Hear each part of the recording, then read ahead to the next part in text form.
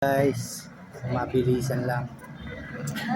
Grabe nangyaring road rage ngayon, no? Yung mga na-upload sa sa FB, sa TikTok, no, check na.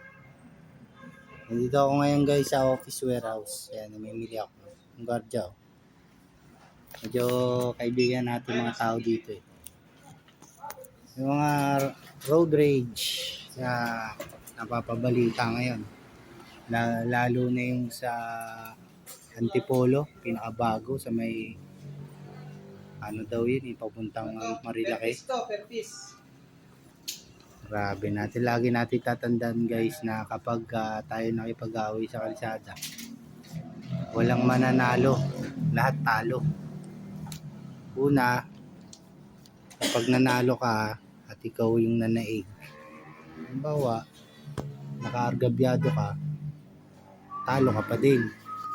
Maraming pwede mangyari. Di kang habulin ng batas at maapektuhan pamilya mo. Pag natalo ka naman, talagang talo ka dahil kawawa din pamilya mo, lalo ka na, pwede may kamatay katulad ng nangyari sa Antipolo. Huwag pong masyadong mainit ulo natin. Magbaon tayo ng mahabang pasensya pag lumalabas sa bahay. Pag mga biyahe, sobrang init ng panahon, pagka mayroong mga ganong nanggigit-git, paunahin mo na, pabayaan mo siyang mamatay. Gusto niya maghari-harian sa daan eh, gusto niyang magpasigsag-sigsag, huwag mo nang habulin, lalo kung nakamotor ka. Ang laban mo dun sa 4 wheels, habulin mo pa, tapos hinarang mo pa.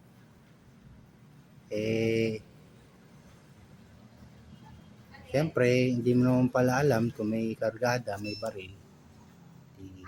Kawawa din pamilya mo. Diba po?